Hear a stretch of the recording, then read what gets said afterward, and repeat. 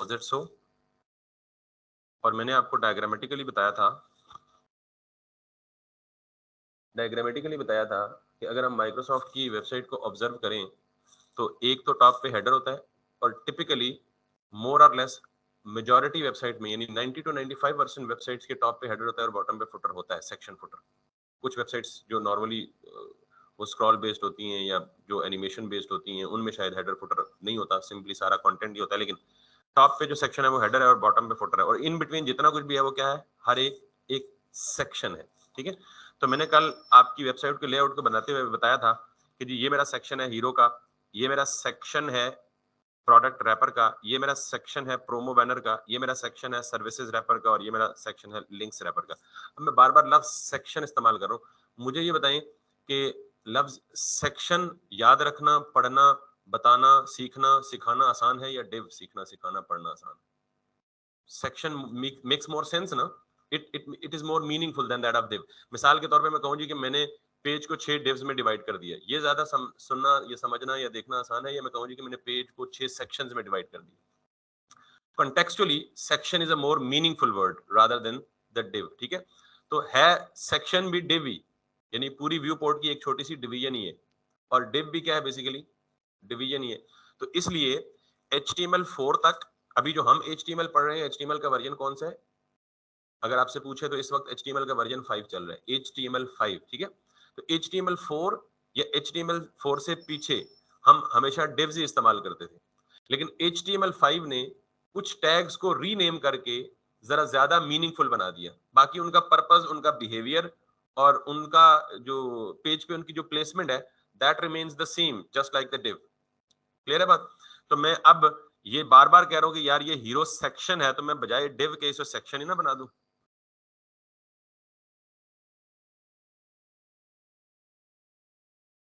Clear? It works just like, perfectly like a div, लेकिन इसको पढ़ने में और इसको याद रखने में, और it makes more semantics, semantic का मतलब होता है मीनिंग, यानी मोर मीनिंगफुल है। ठीक हो गया? तो आज के बाद मैं सेक्शंस के लिए लफ्ज div के बजाय क्या इस्तेमाल करूंगा? सेक्शन। क्लियर होगी ये बात जी? बिहेव, ये बिल्कुल div भी ब्लॉक लेवल एलिमेंट है, सेक्शन भी ब्लॉक लेवल एलिमेंट है, बाकी सब कुछ बिहेवियर वगैरह सेम है, सिर्फ नाम चेंज हुआ है। और अगर इसी तरह मैं इसको MS प्रोडक्ट्स रैपर div है बेसिकली, तो इस div को मैं क्या कह देता हूँ जी? सेक्शन। तो अब आपसे को पूछे सेक्शन क्या है, तो आप कहेंगे ये एक सिमेंटिक टैग है। क्या है? ये टैग है जस्ट लाइक div, लेकिन लफ्ज सिमेंटिक का मतलब ही मीनिंग होता है, मीनिंगफुल होता है। अंग्रेजी में अगर हम वोकैबुलरी जाने तो सिमेंटिक का मतलब ही क्या होता है? मीनिंगफुल होता है। और आप अक्सर एक लफ्ज सुनते हैं वेब डेवलपमेंट में जी कि आप हमें सिमेंटिक HTML लिखनी है। क्या लिखनी है? सिमेंटिक HTML लिखनी है। तो सिमेंटिक HTML का मतलब ये है कि जो टैग्स हैं वो बजाय सारी हर जगह div you might get confused, सारी जगहों पे div, तो उस div के बजाय उन्होंने क्या दे दिया? टैग का नाम ही सेक्शन बना दिया। क्लियर होगी ये बात? एनीवेज, इसी तरह जितने भी सेक्शंस हैं, ये भी सेक्शन है, ये भी सेक्शन है। आप अंदाजा करें कि इनके अंदर जो div है ना, कंटेनर, उसको मैं सेक्शन का नाम नहीं दे रहा क्योंकि वो सेक्शन नहीं है। Got it? तो बाकी सारी divs को सेक्शन सेक्शन नहीं कह देना, आपने कॉन्टेक्स्ट को समझना है और आउटपुट के को देख के अपने उसको, उसके बिहेवियर को समझना है। सो मैं इसको भी और इसको भी, let me, I think recording, yes start. तो मैं इसको भी, मैं दो या दो से ज्यादा टैग्स को रीनेम करता हूं। मैंने यहां से ऑल्ट प्रेस किया हुआ कीबोर्ड से और डबल क्लिक कर रहा हूं टैग को, तो ऑल्ट प्रेस किए रखें तो आप जितनी मर्जी सिलेक्शंस कर सकते हैं। ठीक है, तो बजाय इसके कि बारी बारी सब पे करने के, मैंने सबको एक ही दफा कर लिया। क्लियर हो जाएगी? अब किसी को सेक्शन में कंफ्यूजन तो नहीं है ना? अब मैंने जब वेबसाइट का लेआउट बनाने के लिए शुरू किया था काम, तो मैंने कहा था किसी भी वेबसाइट के मेन 3 पार्ट्स होते हैं, हेडर, फुटर और दरमियान में कौन सा होता है? मेन होता है। मैंने कहा था हेडर में हेड वाली सारी लॉजिक आएगी, फुटर में फुटर वाली सारी लॉजिक आएगी। तो मुझे ये बताएं कि मैंने क्लास नेम हेडर दिया, लेकिन ये क्या है? div ही है ना? तो सिमेंटिक्स क्या कहती है? यार इसमें मैंने सारा हेडर का कोड रखना है, तो क्या इस टैग को भी हेडर का नाम ना दे दूं? Got it? तो बेसिकली हेडर का टैग भी HTML5 में इंट्रोड्यूस करवाया गया है। तो अब जहां आपने हेडर बनाना होगा वहां टैग के नाम को भी क्या कर दें, हेडर कर दें। क्लियर? अब जब हेडर का नाम हो गया तो फुटर बेचारा यतीम बच गया, अकेला रह गया, बाकी सारों को हमने चेंज कर दिया। तो फुटर सिमेंटिक्स क्या कहती हैं कि फुटर का जो सेक्शन या ब्लॉक है उसके लिए भी अलग टैग नहीं होना चाहिए, फुटर। ठीक है, तो हम इसको भी क्या कह दें जी, फुटर, और इसको भी क्या कह दें जी, फुटर। मसला ओके। तो मैंने कहा जी हमारी वेबसाइट के 3 मेन सेक्शंस होते हैं, एक हेडर, एक फुटर और एक दरमियान में मेन। तो ये जो सारा है जिसको मैंने क्लास मेन दी है, जिसके अंदर सारे सेक्शंस होते हैं, ये एक डिव रह गया बेचारा। तो जब मैं मेन मेन मेन बार बार बोल रहा हूं तो HTML5 ने मेन नाम का टैग ही इंट्रोड्यूस करा दिया। उन्हें पता था कि यासर साहब होंगे वो बार बार मेन मेन करेंगे, तो चलिए हम मेन का टैग ही दे देते हैं। ठीक है, तो अब मेन सेक्शन के लिए आपके पास मेन का टैग है। आउटपुट पे कोई फर्क नहीं आएगा, बिहेवियर पे कोई फर्क नहीं आएगा, जो डिव काम करती है वही काम हेडर करता है, वही काम मेन करता है, वही काम सेक्शन करता है। फर्क सिर्फ क्या हुआ, सिमेंटिक्स। ये बार बार मैं लफ्ज बोलने का मतलब है कि आपके दिमागों में पक जाए कि सिमेंटिक HTML क्या होती है। तो आज की क्लास शुरू होने से पहले जितना कुछ था वो HTML4 था, यानी वो सिमेंटिक नहीं था। आज की क्लास शुरू होने में 7 मिनट गुजरे तो हमने सारा कुछ क्या बना लिया, सिमेंटिक बना लिया। क्लियर होगी बात? बिहेवियर में कोई फर्क नहीं पड़ेगा। अच्छा, अब एक और काम कि इस तरह के बहुत सारे और टैग्स भी हैं सिमेंटिक, वो हम साथ साथ पढ़ेंगे। लेकिन ये प्राइमरी लेआउट बिल्डिंग का जो फाउंडेशन स्टोन कह लें आप, ये वो है कि इनका आपको पता होना चाहिए। ठीक है, तो अब मैं अगर इन सारों को मिटाऊं, 2 मिनट मुझे दे, मैं अनडू कर लूंगा। और अब आपने वेबसाइट का लेआउट बनाना है ना, तो मेन रैपर यानी साइट रैपर बना के उसके अंदर क्या करना है, हेडर, एमिट में शॉर्टकट है। आप ये पहला लफ्ज लिखते हैं ना बगैर डॉट के और बगैर हैश के, तो ये उसको टैग नेम कंसिडर करता है। आगे डॉट लिखते हैं तो डॉट के बाद जो कुछ भी लिखते हैं ये इसको क्या कंसिडर करता है, गॉट इट? मैंने लिखा हेडर डॉट हेडर, तो उसने हेडर का टैग बना दिया और उसको हेडर की class they the, because dot किसको रिप्रेजेंट करता है, मेक सेंस? यानी मैं वही चीज बना रहा हूं जो आपको बता चुका हूं, लेकिन मैं दोबारा तोड़ के दोबारा बना रहा हूं ताकि आपकी जो कंफ्यूजन रही सही कसर है वो पूरी हो जाए। अब सॉरी, जी जी, ये एमिट एक एक्सटेंशन है बेसिकली जल्दी काम करने के लिए। सो मेन, मैंने इसके शुरू में ना डॉट लिखा ना हैश लिखा, कुछ भी नहीं लिखा, ये क्या कंसिडर होगा, टैग। Dot main, clear? इसी तरह नीचे आए, फुटर, फुटर, ये पूरा लेआउट बन गया, क्लियर? और अब मेन के अंदर मुख्तलिफ सेक्शंस बनाने हैं आपने, तो पहले सेक्शन को हमने क्या नाम दिया था, हीरो या MS हीरो। ठीक है, तो मैं क्या कहूंगा, SECTION, section MS hero. Isn't it easy, very easy. इसके बाद दूसरा सेक्शन क्या बनाया था हमने, section MS products wrapper.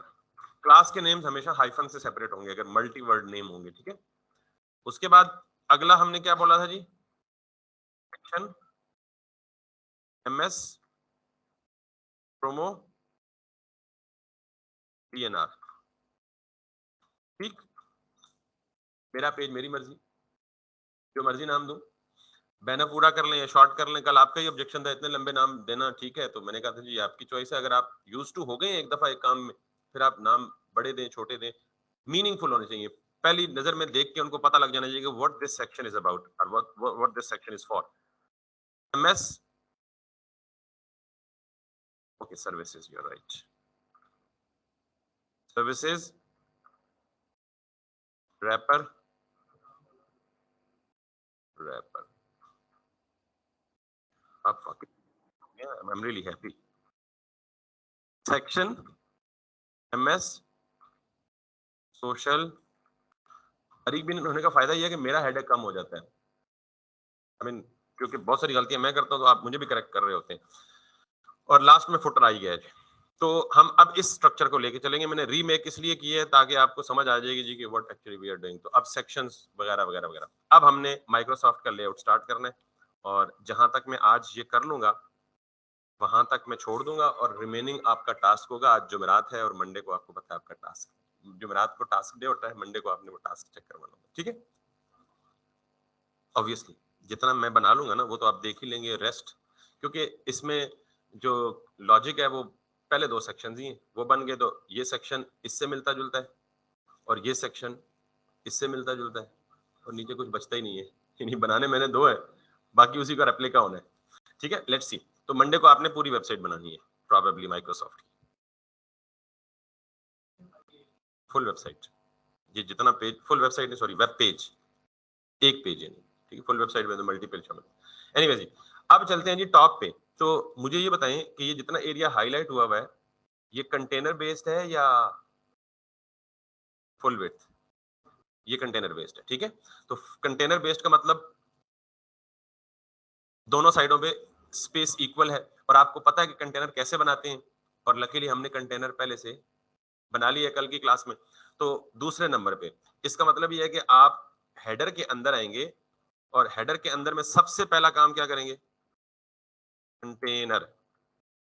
Container क्यों देंगे? तो देखें, मैंने अब जब कंटेनर लिखा तो शुरू में क्या लिखा? डॉट लिखा, क्योंकि अब सिमेंटिक टैग कंटेनर के लिए मेरे पास कोई नहीं है। ऐसा नहीं है कि आप कंटेनर का भी टैग बना लें। ठीक है, तो मैंने डॉट लिखा, तो जब डॉट लिखूंगा तो एमिट क्या करेगा? डॉट वाले किसी भी वर्ड को क्या समझेगा कि ये क्लास है, वो खुद ही डिव बना के उसको क्लास दे देगा कंटेनर। ठीक। अच्छा, एक और बात यहाँ बतानी है। जब हम वेब पेज बनाते हैं ना तो टैग्स बहुत ज्यादा खिचड़ी बन जाती है, ऊपर नीचे सजे खब्बे, समझ नहीं लगती कौन सा टैग किधर से ओपन हो रहा है और किधर से क्लोज हो रहा है। It might get messy at times. So in order to avoid that, we have a way actually to recognize from where the tag is getting opened and where it is getting closed. मेरा ये container है ना, अब यहाँ मिसाल के तौर पे कुछ 600 टैग्स हैं। जब पेज कॉम्प्लेक्स होगा तो आपको इस चीज का एहसास होगा। तो हम क्या करते हैं नॉर्मली, मैं अब एक और काम करने लगा हूं। अगर आप कहीं भी यहाँ में कर्सर रख के कंट्रोल क्वेश्चन मार्क, ये शॉर्टकट की बेशक लिख लिया करें, एक दो दफा करेंगे आपको खुद ही याद हो जाएंगी। कंट्रोल क्वेश्चन मार्क किया तो इसने ये कन्वेंशन दे दी, less than exclamation mark 2 times hyphen space then 2 times hyphen then. ये कन्वेंशन होती है कमेंट्स की। ये कन्वेंशन किसकी है? यानी इसके अंदर मैं जो कुछ भी लिख दूं तो वीएस कोड इसको ग्रीन कर देगा। ग्रीन का मतलब ये कमेंट्स है और कमेंट्स का मतलब इनका पेज के आउटपुट पे कोई इफेक्ट नहीं पड़ेगा। ये सिर्फ आपकी कोड की अंडरस्टैंडिंग और कोड की रीडेबिलिटी के लिए। मिसाल के तौर पे मैं फ्यूचर में कंफ्यूज हो सकता हूं कि यार ये जो हेडर का टैग है ये कहां क्लोज हो रहा है। तो इस कंफ्यूजन से बचने के लिए मैं क्या करूंगा, यहां पे ये करूंगा और यहां पे लिखूंगा दिस हैश का मतलब क्लोज और यहां लिख दूंगा हेडर। यानी यहां कोई भी कमेंट लिख दें जो आपकी याद दहानी के लिए हो। तो मैं नॉर्मली ये प्रोफेशनल लोगों की अप्रोच ये है कि वो क्लोजिंग टैग पे कमेंट में क्लास का नाम लिख देते हैं, जिससे ये जाहिर होता है कि यार ये जो हेडर यहाँ से स्टार्ट हो रहा था ना वो यहाँ एंड हो गया। ये उसलिए जरूरी है कि अगर यहाँ बीच में कोई सैकड़ों टैग्स हो तो फिर आपके लिए जानना मुश्किल हो जाता है कि हेडर का टैग स्टार्ट कहाँ से हो रहा है और हेडर का टैग एंड कहाँ पे हो रहा है। तो आप उस कोड की पहचान के लिए कमेंट्स की कन्वेंशन को याद रख सकते हैं। तो ये कमेंट्स अब कौन लिखता फिर बार बार, ये पहले लेस देन का साइन दबाओ, वो बेचारा जो मेरी तरह नया होता है ना वो कीज ढूंढता रहता है, किधर गया लेस देन, इधर ही था नहीं। तो उसके लिए क्या है, उसके लिए सिंपली शॉर्टकट की कंट्रोल प्रेस करके क्वेश्चन मार्क वो पूरा हो जाएगा। और अगर आप थोड़े से ज्यादा प्रोफेशनल हो गए फिर आपको ये काम करने की भी जरूरत नहीं है। फिर आपको क्या करना पड़ेगा, पता नहीं ये सपोर्ट करेगा या नहीं करेगा, मेरे पास एक एक्सटेंशन है मेरे सिस्टम में तो ये कर लेता है। यस ग्रेट, ये कर रहा है।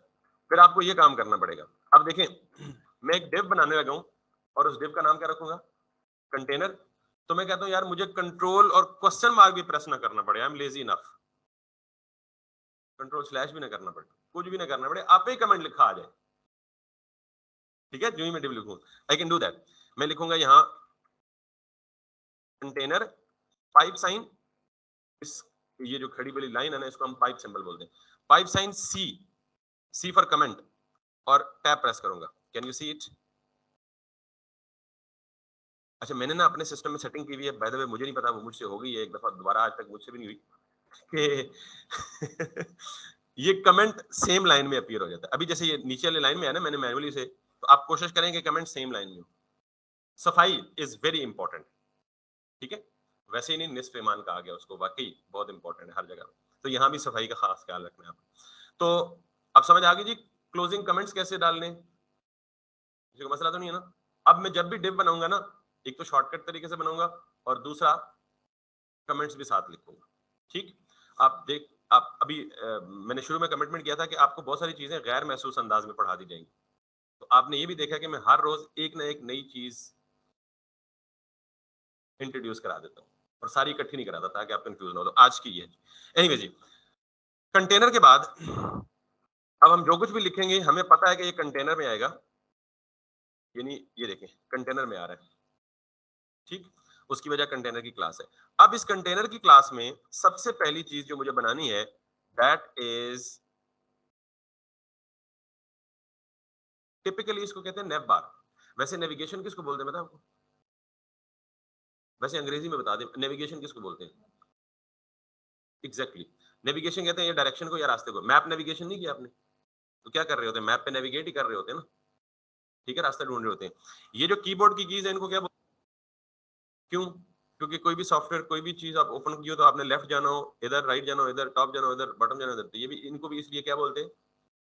डायरेक्शन कीज या नेविगेशन कीज। तो ये जो टॉप वाला सेक्शन होता है ना वेबसाइट का, नॉर्मली इसे कहते हैं नेविगेशन बार। क्यों? क्योंकि आपकी वेबसाइट पे 15 पेजेस हैं, आपने एक पेज से दूसरे, दूसरे से तीसरे, तीसरे से चौथे, जितने पेजेस के दरमियान मूव करना है वो किसके थ्रू मूव करेंगे? नेविगेशन बार के ऊपर दिए गए बटन्स के through. That's why it is called as navigation bar. तो नेविगेशन बार इतना लंबा नाम कौन पड़ेगा? ठीक है, हम वैसे ही सोचते हैं बाय नेचर। तो नेविगेशन बार को शॉर्ट कर दें तो क्या बन जाता है? नेव बार। और नेव बार को भी शॉर्ट कर दें तो क्या बन जाता है? नेव। क्लियर होगी बात? तो अब क्या ख्याल है, एचटीएमएल वाले तो बड़े सियाने थे, उन्होंने कहा यार इतना लंबा चौड़ा नाम, या ये डिव, नेव के लिए भी डिव दैट्स नॉट सूटेबल, तो इसलिए उन्होंने कहा जी कि डिव के बजाय नेव नाम का एक टैग मौजूद है। तो जब भी आप नेविगेशन, अच्छा जरूरी नहीं है कि नेविगेशन सिर्फ हेडर में ही हो, ठीक है, बाद लोग कहते हैं नेविगेशन बार या नेव बार सिर्फ वही होती है जो टॉप पे होती है, that's not the case. Navigation website के किसी हिस्से में भी हो सकती है। फुटर में जाए तो फुटर में क्या है आपके पास? लिंक्स नहीं है सारे, वो किसके लिंक्स है? आप अगर इस फुटर में जाएं तो ये क्या बेसिकली, ये भी तो नेविगेशन ही है, तो आप इसको भी नेविगेशन कह सकते हैं। इन बिटवीन द पेज कहीं और भी नेविगेशन हो सकती है।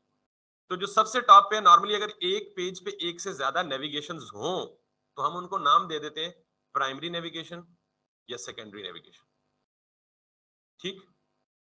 और तीसरा नाम कोई स्टैंडर्ड नहीं है, वैसे ही पहले दो भी स्टैंडर्ड नहीं है, कोई भी रख लें। तीसरी अगर नेविगेशन हो तो उसको कुछ भी कह दे, अपनी चॉइस का। क्लियर होगी बात? सो मैंने ये टॉप पे नेव बार बनाना था तो मैंने टैग कौन सा लिख दिया? नेव, ठीक। अब मुझे पता है कि नेव नाम का टैग है, लेकिन मैं इसको क्लास अपनी नाम, अपनी मर्जी की देना चाहता हूं, नेव बार, बल्कि नेव बार से भी ज्यादा क्या है, एमएस टॉप। और अगर टॉप के भी बजाय मैं कर लूं प्राइमरी नेव बार, मसला है? नहीं ना मसला? एक मसला मुझे है, मैंने कहा था मैं अब हर दफा ये करूंगा, ठीक होगी बात? कॉम्प्लेक्स तो नहीं हो रहा ना कुछ भी, बिल्कुल सिंपल। तो अब मेरे टॉप पे हेडर बना, हेडर के अंदर कंटेनर बना, और कंटेनर क्यों बना? ये कंटेनर जब मुझे फुल विड्थ कंटेंट चाहिए हो तो मैं कंटेनर हटा दूंगा, जब फुल विड्थ ना चाहिए हो तो मैं कंटेनर लगा दूंगा, फ्लेक्सिबल है ना। अब नेव बार के अंदर मुझे ये बताएं कि मैं इस हिस्से को कैसे बनाऊं, आप बताएं जी सजेशंस। और इस हिस्से को कैसे बनाऊं? सॉरी दोबारा बोले। ग्रेट। कितने लोग कहते हैं दो यूएल्स बनाऊं? अच्छा, जिन्होंने हाथ खड़े नहीं किए वो क्या कहते हैं? जिन्होंने हाथ खड़े नहीं किए वो क्या कहते हैं? क्या बनाऊं? वो सोच रहे हैं सर कोई और बताएंगे, कोई और टैग भी HTML5 ने देता होना लाजमी है, इतने वो ला लेंगी। मैं ऐडे भी नहीं ना यार, बस यूएल ही लगाएंगे बेटा। मैंने कहा कि जब भी कोई चीज आप ग्रुपिंग की फॉर्म में देखें ना, तो आप उसको लिस्ट ही बनाएं, ज्यादा प्रेफर्ड है। ठीक है, तो मुझे क्या चाहिए? दो। अब आपको पता है नताइज यूएल और एलआई लगाने के क्या नताइज हो सकते हैं? पहली बात यह है कि वो ब्लॉक लेवल होंगे। दूसरा क्या नतीजा नतीजा हो सकता है? उनके लेफ्ट साइड पे पैडिंग होगी। तीसरा क्या नतीजा हो सकता है? उनके टॉप बॉटम के क्या होगा? तो ये सारे लवाजमात आपके जहन में पहले से हैं कि आपको ये फिक्स करने हैं। बुलेट्स भी होंगे, दैट्स ग्रेट। और क्या हो सकता है? अंडरलाइन अगर हम बीच में एंकर लगाएंगे तो, और लगाएंगे ऑब्वियसली, नेविगेशन में एंकर टैग होता है। ये सारी बातें आपको पहले से पता है ना? आप तो डेवलपर हो गए। ऑनेस्टली मतलब यही चीज है, आपको चीज देखे किए बगैर देख के अंदाजा हो जाए कि मुझे यहाँ क्या करना है।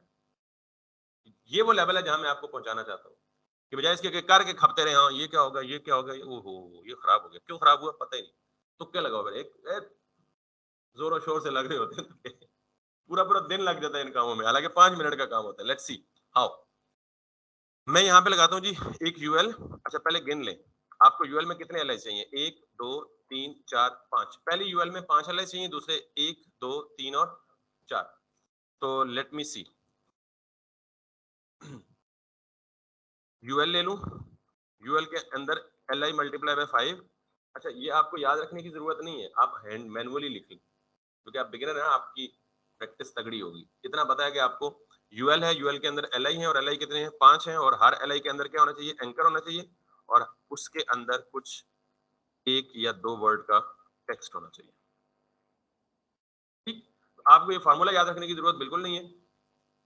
आइडिया इज वेरी सिंपल कि आप खुद हाथ से लिखें, जब आपकी प्रैक्टिस हो जाए तो फिर बेशक ये फार्मूले याद करते रहे। फिर मैं आपको जगह बता दूंगा कहाँ ये सारे फार्मूले लिखे लिखाए पड़े हैं, वहां से देख लीजिए। Anyways, good enough. 1 2 3 4 और 5, इसी को कॉपी करें, शिफ्ट ऑल्ट डाउन नेविगेशन की, वो रेप्लिका हो जाता है। ठीक है, नीचे उसका। तो इसमें 4 चाहिए मुझे, एक इसमें से डिलीट कर दें, और आप नताइज पता है आपको, वी वर एक्सपेक्टिंग इट। तो पहला काम हम क्या करते हैं? हम यूएल को पकड़ते हैं और यूएल के सारे डिफॉल्ट प्रीसेट्स को खत्म कर देते हैं। ठीक है, और एलआई के तो प्रीसेट होता ही कोई नहीं है, और प्रीसेट किसका होता है? एंकर का। यूएल और एंकर दो को पकड़ना है और दोनों के प्रीसेट्स को क्या कर देना है? खत्म कर देना है। ठीक है, तो पहले हम प्रीसेट्स को खत्म करते हैं। सो मैं इस क्लास को टारगेट करूंगा। अच्छा हमेशा आप देहात में जाए ना, तो किसी को अपना तारुफ कराएं तो आपको कोई नहीं जानता होगा, नई नस्ल है, मतलब मैं एक थोड़ा सा पुराना हूँ। तो आप अपना तारुफ किसी को कैसे कराएंगे? अपने अब्बा जी का नाम बताएंगे। हो सकता है आपके अब्बा जी को भी तुमने पहचाने, तो फिर क्या कहेंगे? आप अपने दादाजी का नाम बताएंगे। तो किसी बुजुर्ग को जब अपना तारुफ कराते हैं ना, तो वो क्या कहता है? तू केदा पुत्र है या केदा पोता है? ठीक है, तो इसका मतलब है कि आपका मुकम्मल तारुफ वही होता है जो आपके वालिद या दादा के नाम के साथ आता है। ठीक है, हम इस यूएल को टारगेट करेंगे, और इस एलआई को टारगेट करेंगे, और इस ए को टारगेट करेंगे। ए का पेरेंट कौन है? एलआई का पेरेंट कौन है? और इसका पेरेंट कौन है? इसका मतलब ये अंदर वाले सारों का, अंग्रेजी का शौक है ना सबको, हाँ तो थोड़े बहुत वो भी वर्ड आपको पक्के हो जाएंगे। ये सारों का एंसेस्टर है। एंसेस्टर पता है किसको बोलते हैं? आप और आपके ऊपर जितने भी है ना, आपके वालिद, दादा, परदादा, मेरी वोकैबुलरी यहाँ तक है, परदादे को पता नहीं क्या कहते हैं, बहरहाल सॉरी, अबा अजदाद, मतलब आपसे अप जो है उनको बोलते हैं एंसेस्टर्स। और आपसे नीचे जो है, अल्लाह करेगा आपकी शादी होंगी, फिर आपके बच्चे होंगे, तो उनको हम बोलेंगे डिसेंडेंट्स। क्या बोलेंगे? यहां भी यही टर्मिनोलॉजी है। ये जो एमएस प्राइमरी नेव 12 है, इससे नीचे जितने भी हैं वो क्या है इसके, और इससे अप जितने भी हैं रूट एचटीएमएल तक, वो क्या कहलाते हैं?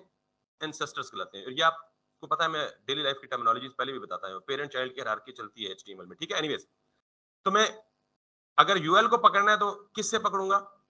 उसके पेरेंट नेम से। अगर एलआई को पकड़ना है तो किससे पकड़ूंगा?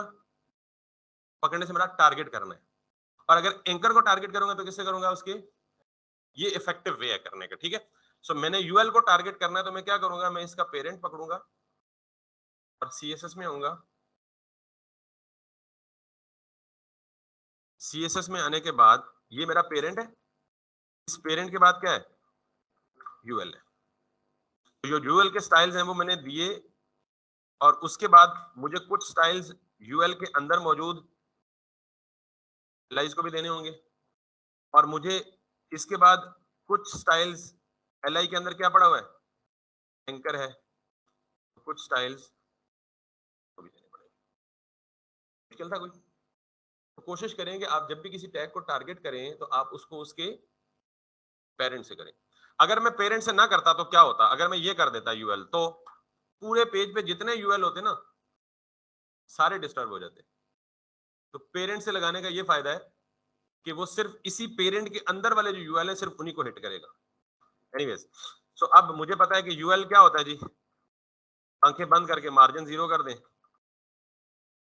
अगर आपको टाइपिंग आती है तो फिर आंखें बंद कीजिए, हेडिंग भी 0 कर दें, और लिस्ट स्टाइल टाइप नन कर दें। जब इतना काम करेंगे, अरे नीट एंड क्लीन। अब आपको पता है कि क्योंकि UL कितने, 2 हैं, तो 2 ULs को आमने सामने लाना है, तो क्या करेंगे, ULs को नहीं छेड़ेंगे, उसके पेरेंट के पास जाएंगे। तो UL का पेरेंट कौन है,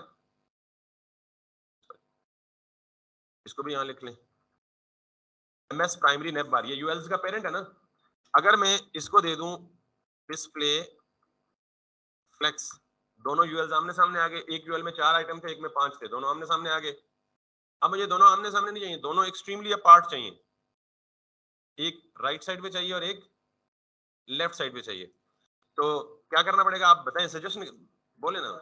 किसी मौलाना साहब की स्पीच में बैठे ना तो आपको कभी टिकने नहीं देगा आराम से बैठ के, वो बार बार बोले सुभान अल्लाह बोले। अब जब बंदा बेचारा बोल भी दोगे और ऊंचा बोले और ऊंचा बोले, तो आप भी और ऊंचा बोले।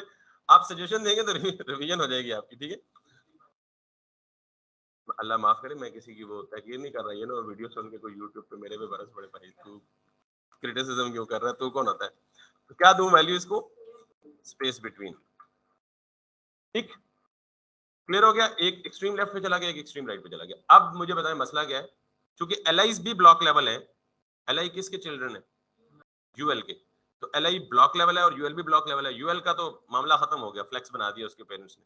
तो अब LIs को भी हमने क्या करना है, आमने सामने होना है। तो किसको फ्लेक्स दो, UL को, एक को, दोनों को, दोनों को। तो मैं एक ही जगह टारगेट कर रहा हूं, तो एक को फ्लेक्स दूंगा, दोनों को मिल जाएगा ना, डिस्प्ले फ्लेक्स, ठीक। अब मुझे ये पता है कि इन ये जो चाइल्ड है ना या चिल्ड्रन है, इनके दरमियान स्पेसिंग देनी है। लेकिन उससे भी पहले देखें, ये ओवरऑल नेप बार जो बिल्कुल टॉप पे जुड़ी हुई है, थोड़ा सा स्पेस भी तो होना चाहिए ना, जस्ट लाइक दिस। ये देखें टॉप से है ना थोड़ा सा स्पेस, बॉटम से भी थोड़ा सा स्पेस है, ठीक। तो मैं क्या करता हूं, मैं जो इनका पेरेंट है ना which is MS primary nav bar, इस पे जाता हूं और इसको मैं दे देता हूं जी पैडिंग, और इसको मैं दे देता हूं, अगर 2 वैल्यूज दूंगा तो क्या होगा और 1 वैल्यू दूंगा तो क्या होगा। पहली वैल्यू किसकी कंसिडर होती है, दूसरी वैल्यू किसकी कंसिडर, यही मार्जिन के साथ होता है, यही पैडिंग के साथ होता है, ठीक है। मैं कहता हूं जी मुझे टॉप और बॉटम से 12 पिक्सल चाहिए और लेफ्ट राइट से 0 चाहिए, 0 के साथ यूनिट लिखने की जरूरत। अब अगर वापस आएंगे तो देख रहे हैं टॉप पे स्पेस क्रिएट हुई, 12 पिक्सल थोड़ी सी कम है, इसलिए आपको लग रहा होगा कि शायद यार ये तो हुआ ही कुछ नहीं। हम इसको कह देते हैं जी 24 pixels. Now it looks good, 24 ज्यादा हो गई है, even it should be like that looks fine. अब जो इसके चिल्ड्रन है ना, उनको हमने अपार्ट करना है, थोड़ा बहुत एक दूसरे से वखरे करना है। तो मैं जाऊंगा, 2 ऑप्शन है, चिल्ड्रन कौन है, LI, और उसके अंदर क्या है, एंकर। ये दोनों में ये प्रॉपर्टी पैडिंग की अप्लाई कर सकता हूँ, या LI में कर सकता हूँ या एंकर पे कर सकता हूँ। तो मैं यहाँ पे दूंगा जी पैडिंग। पैडिंग सिर्फ एक वैल्यू दूं तो कहां से लेगी, चारों साइडों से, और दे किसको रहा हूं, LI को। तो हर एक LI यानी जितने भी एलाइज हैं वो अपने चारों साइडों पे पैडिंग की वैल्यू पिक करेंगे। तो अगर मैंने 12 पिक्सल दिया तो 12 पिक्सल किसने लिया? जितने भी एलाइज थे उन तमाम ने 12 पिक्सल ले ली। 12 पिक्सल ज्यादा हो गई मेरे ख्याल में। तो it's always I can increase it or reduce it, whatever you like you can give. Now it looks pretty close to that, not pretty with much same but close to that. ठीक है, अब एक और preset रह गया जो हमने remove नहीं किया, एंकर का अंडरलाइन और ब्लू कलर। तो उसको भी हम पेरेंट से ही याद करेंगे। ये हमने बनाया तो हुआ है, सिलेक्टर तो बनाया हुआ है, इसके अंदर लिखा कुछ नहीं है। तो हम क्या कहेंगे जी, अंडरलाइन आता है टेक्स्ट डेकोरेशन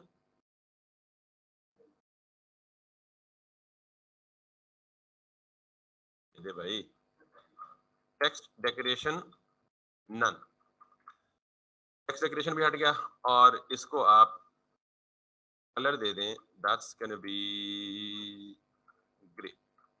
जब आप कोई भी कलर दे रहे होते हैं ना तो कभी भी शार्प कलर ना दीजिए, आंखों को चुभते हैं वो। यानी ब्लैक में दूंगा ना, ब्लैक बहुत शार्प हो जाता है। आपने ये यूजर एक्सपीरियंस का खैर ये आपको गाहे बगाए आहिस्ता आहिस्ता आगे जाके पता चल जाएगा। मुझे लग रहा है शायद मैं स्क्रीन के क्लोज हूँ, पता नहीं आपको लग रहा है, नहीं लग रहा। पिंचिंग मतलब चुभ रहा है आंखों में है आपसे, वो आप डिस्टेंस पे ना, तो नॉर्मली खैर ये पूरी कलर की साइकोलॉजी है, वो उस पर भी हम कभी डिबेट करेंगे। बहरहाल अब देखें जी, सारे एंकर हैं, उनकी वजह से मैं जब हॉवर करता हूं तो लिंक बन जाते हैं और ये सारे क्लिकेबल है। Perfect, this is what I need. अब हमने अगला काम करना है और हमने जाना है जी इन आइकन्स के ऊपर। आज तक, अभी तक सॉरी जी जी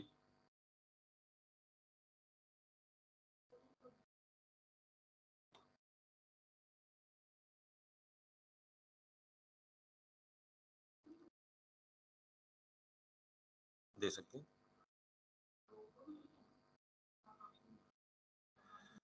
ये डिसीजन करने में ना आपको थोड़ा सा टाइम लगेगा। वैसे अभी के लिए मैं आपको जवाब दे दूं तो आप कर सकते हैं, बिल्कुल इफेक्ट सेम नजर आएगा, लेकिन कहाँ मार्जिन देनी है और कहाँ पैडिंग देनी है इसके लिए आपको थोड़ा सा मतलब आई मीन गेस करने में वो टाइम लगेगा। फॉर नाउ इनका कहना ये है कि ये जो हमने यहाँ पे पैडिंग दी है, ये वाली पैडिंग दी है, अगर मैं इसको मार्जिन कर दूं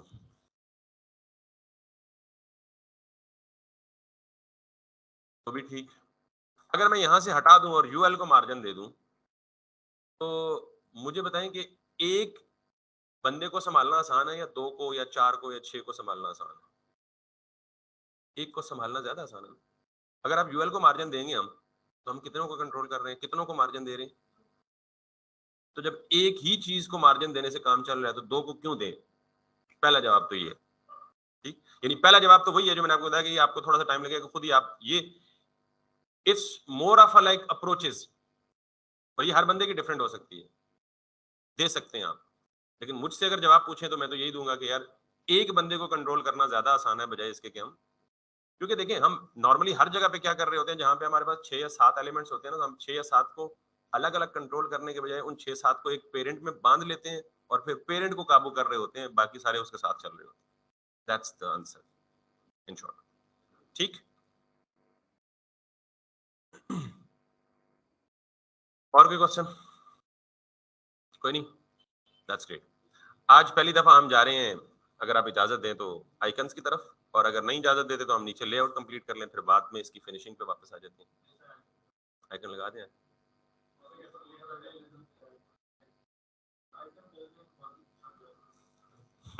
चले देख लें, 10 मिनट रह गए, फिर आगे नहीं चल सकूंगा मैं, सिर्फ आइकन ही लगेंगे। ठीक है, तो आइकन्स पे ना बहुत बड़ी डिबेट हो सकती है, क्योंकि जब आप प्रोफेशनल डिजाइन बना रहे होते हैं ना, तो आपको आइकन्स नॉर्मली पेड रिसोर्स में क्लाइंट खुद देता है कि मुझे ये आइकन पसंद है, ये आपको चाहिए।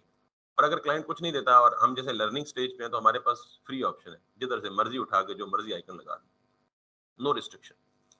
आइकन लगाने में सिर्फ दो कंसिडरेशंस आपके सामने होनी चाहिए, आइकन इमेज फॉर्म में भी होते हैं और आइकन फॉन्ट फॉर्म में भी होते हैं।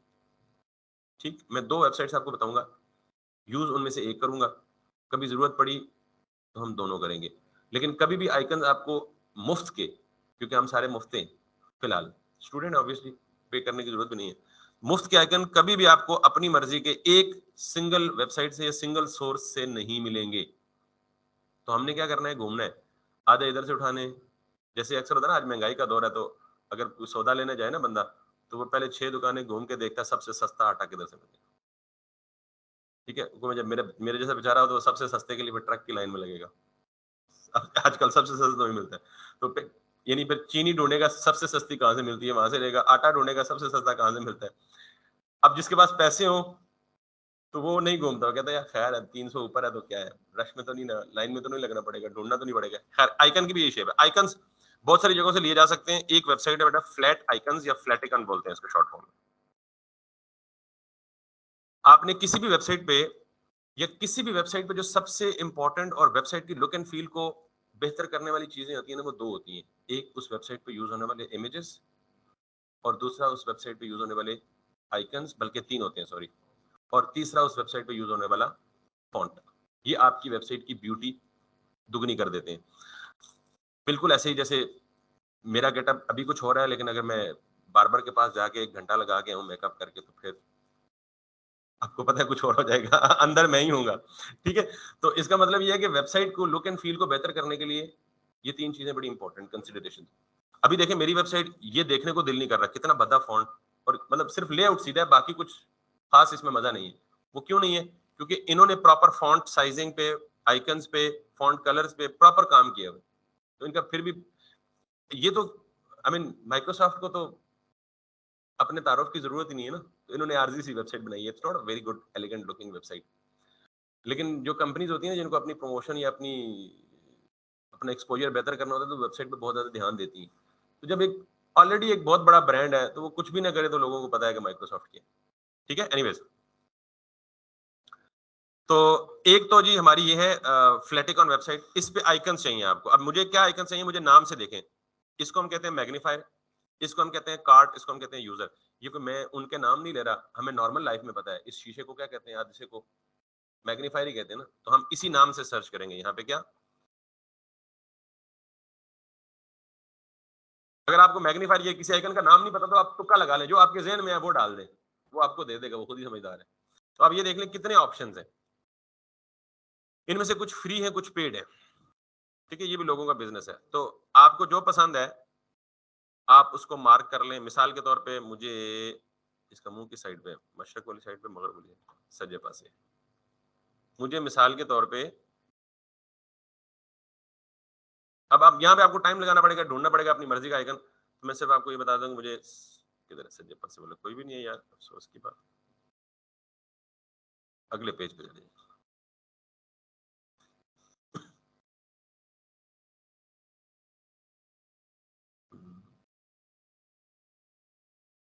मैं चूंकि समझाने के लिए कह रहा हूं, तो मैं सिर्फ किसी एक को ना एज अ रैंडम पिक कर लेता हूँ, कोई क्लोज तो मिले। Bill first this. ठीक, तो यहाँ पे ये ऊपर लिखा हुआ है ऐड टू कलेक्शन। आप इस पे क्लिक करें तो ये आपकी कलेक्शन में आ रहा है। Collection is like a bucket, कि आप चीजें उठा उठा के जैसे बास्केट में या बाल्टी में डालते जाएं, और जब सारी सेलेक्ट कर लें तो एंड पे एक ही दफा डाउनलोड कर लें। ठीक है, एक आपने बकेट में डाल लिया, कलेक्शन में डाल लिया। फिर आपको दूसरा आइकन कौन सा चाहिए? कार्ट। तो यहाँ पे क्या लिखें आप? कार्ट या shopping cart. That is looking like this. अभी मैं randomly कर रहा हूँ because I don't have enough time in fact to spend to search these kind of things. And then तीसरा मुझे क्या चाहिए? यूजर चाहिए। तो तीसरा मुझे यूजर, उसके करीब करीब कौन सा है, लाइक दिस। ठीक है, सो मेरे पास तीन आइकन्स हो गए। अब इस प्लेटफॉर्म में ना बहुत सारे आइकन्स फ्री हैं, लेकिन इमेजेस फॉर्म में फ्री हैं। अब इमेज फॉर्म में और फॉन्ट फॉर्म में फर्क क्या देखें, ये जिन पे क्राउन्स बने हुए ना, ये सारे पेड फॉर्मेट है। इसका मतलब ये है कि पीएचडी में अगर ये आइकन आपको दे देना, तो आप इसको चेंज भी कर सकते हैं अपनी मर्जी से। अपनी मर्जी से कलर चेंज कर सकते हैं, साइजिंग बड़ा छोटे कर सकते हैं, बैकग्राउंड रिमूव कर सकते हैं, बैकग्राउंड चेंज कर सकते हैं, व्हाट्सएवर बहुत सारे काम कर सकते हैं। एसवीजी, ईपीएस और पीएचडी तीनों में ही। आइकन फॉन्ट और एसवीजी स्प्राइट फॉन्ट, इन दोनों का फायदा ये होता है कि ये बिल्कुल फॉन्ट की तरह बिहेव करते हैं। जैसे फॉन्ट को आप फॉन्ट साइज देते हैं, फॉन्ट वेट देते हैं, फॉन्ट कलर देते हैं, वैसे ही इनको दे सकते हैं। तो ये बदकिस्मती से सारे पेड है। तो हमें एक ही फॉर्मेट मिल रहा है, कौन सा?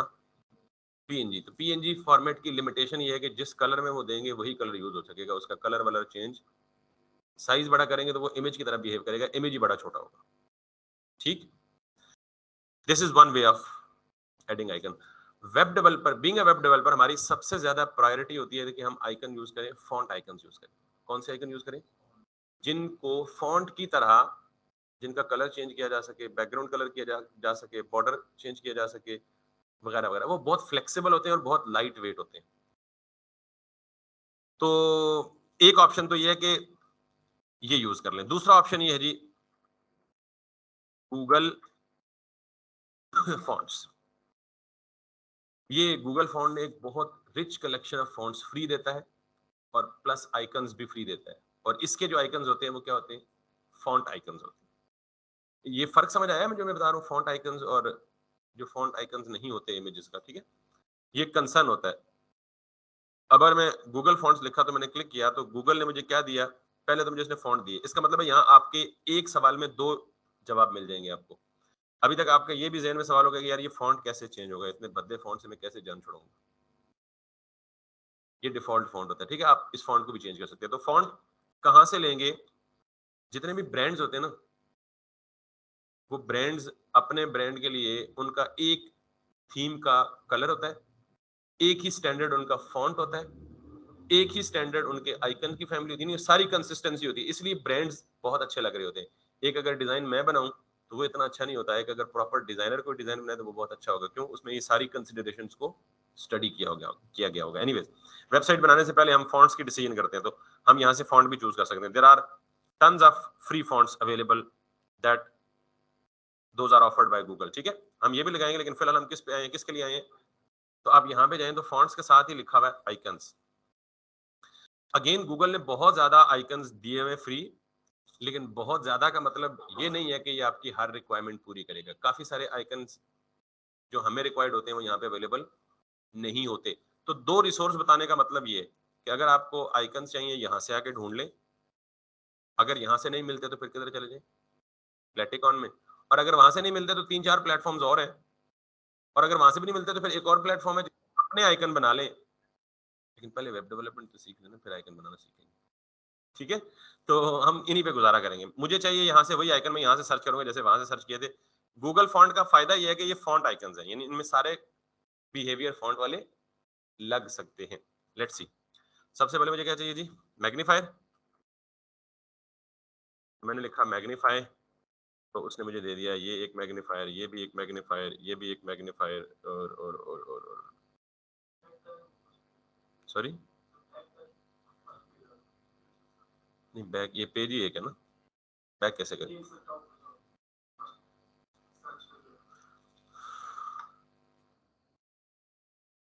इसको कह रहे हैं मतलब वो ढूंढ सकते हैं। मैं सिर्फ फिलहाल तरीका बता रहा हूँ, मैं एग्जैक्ट वो आइकन ढूंढ नहीं रहा, मैं तरीका बता रहा हूँ कि यहाँ वो तो जाहिर कर सकते हैं। हमें करीब तरीन इस वक्त ये लग रहा है कि वो जो पहला वाला है वो है दिस वन, दिस वन, ठीक। अच्छा, इसके बाद आप, अच्छा मैं इस पे क्लिक करता हूँ। इसको आइकन्स को ऐड कैसे करना है? That's again an important thing. दो स्टेप्स हैं जी। पहली चीज ये है कि जाहिर है आप जब ये आइकन ऐड करेंगे तो जैसे आप अपने वेब पेज पे HTML लिखते हैं तो उसमें स्टाइल ऐड करने के लिए स्टाइलिंग कहाँ लिखते हैं? CSS की फाइल में लिखते हैं ना। तो CSS की फाइल को पहले क्या करना पड़ता है? लिंक करना पड़ता है। तो मैंने आपको कहा था कि ये CSS, इमेज, फॉन्ट, आइकन्स, ये सारे क्या कहलाते हैं? एसेट्स कहलाते हैं। वेबसाइट के लिए क्या कहलाते हैं? और अगर आपको याद हो तो हमने एसेट्स का फोल्डर भी बनाया हुआ है, इनको हम एसेट्स बोलते हैं। तो ये जो फॉन्ट मैं लगा रहा हूँ ना, ये भी क्या है? एक एसेट है। क्या है? तो मुझे अगर ये फॉन्ट अपनी वेबसाइट पे यूज करने हैं तो मुझे दो काम करने पड़ेंगे। मैं फॉन्ट या आइकन कहाँ से ला रहा हूँ? किसी एक्सटर्नल लाइब्रेरी से, यानी गूगल से ले रहा हूँ ना उधार।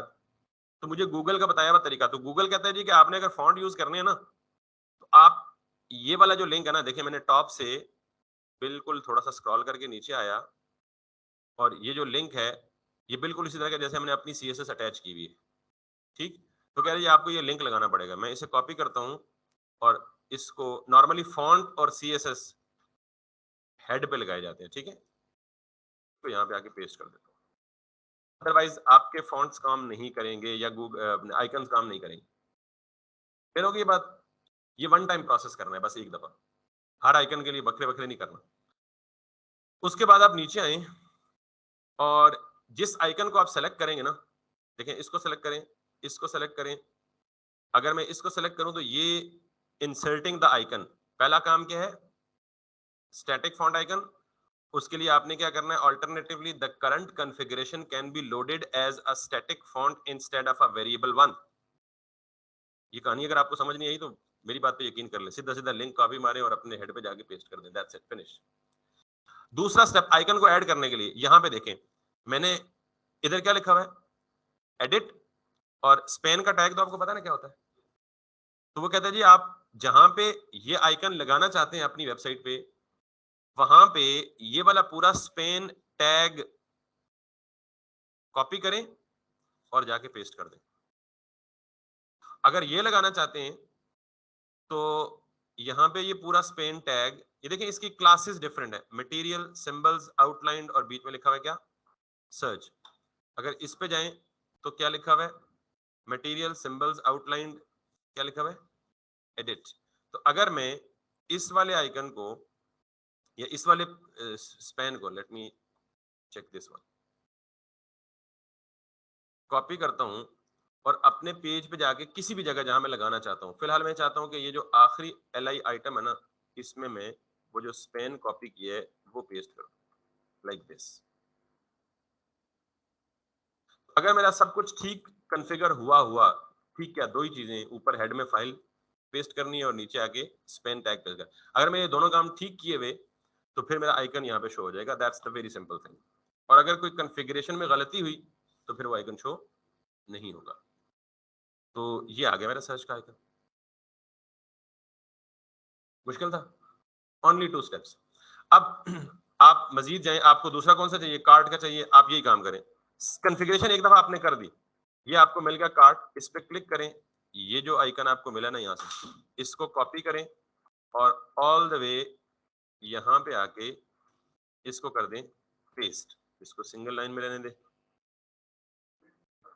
जी जी बिल्कुल, अभी बताऊंगा ना। ये फॉन्ट चूज करने का पर्पज ये था कि अब ये फॉन्ट है, जिस तरह आप फॉन्ट को कलर रेड दे देते ना, इसको भी जाके कलर रेड दे देंगे, ये रेड हो जाए। इमेज ना लगाने का या इमेज को रिकमेंड ना करने का रीजन ही यही था कि मुझे पता था आपका अगला सवाल होगा जी कलर कैसे चेंज करना है, बड़ा छोटा कैसे करना है, ठीक है। तो सियाना बंदा ना, पहले ही उसको एड्रेस कर लिया मैंने। तो हाँ, अब ये आपकी लिमिटेशन है कि आपको कोई आइकन गूगल फॉन्ट में नहीं मिलता, फिर यस, अगर आप फोटोशॉप में अच्छे हैं, तो मेरे जैसा बेचारा जिसको फोटोशॉप भी नहीं आता, फिर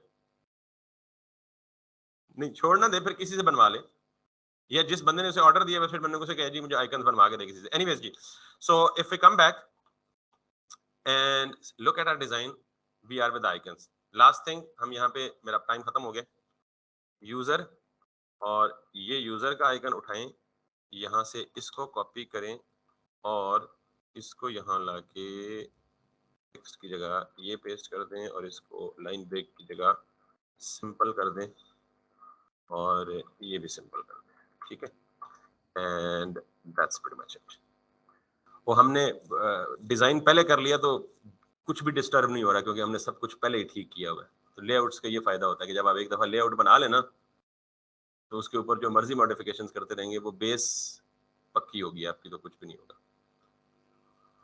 अब ये तीनों आइकन्स भी क्लिकेबल है और we will continue it probably the next day, Monday के लिए। आप रिस्ट्रिक्शन नहीं है, इसको कोशिश करें जहां तक बनती है, माइक्रोसॉफ्ट की वेबसाइट, क्योंकि अगर मैं आपको ऑनेस्टली बताऊं ना तो इससे नीचे कुछ भी नहीं है भाई। ये तीनों, ये चारों फ्लेक्स नहीं है, आपको यूट्यूब के केस में बनाया नहीं है आपने, ये तो है ही। सॉरी, किधर है सर्च बार, है ही नहीं,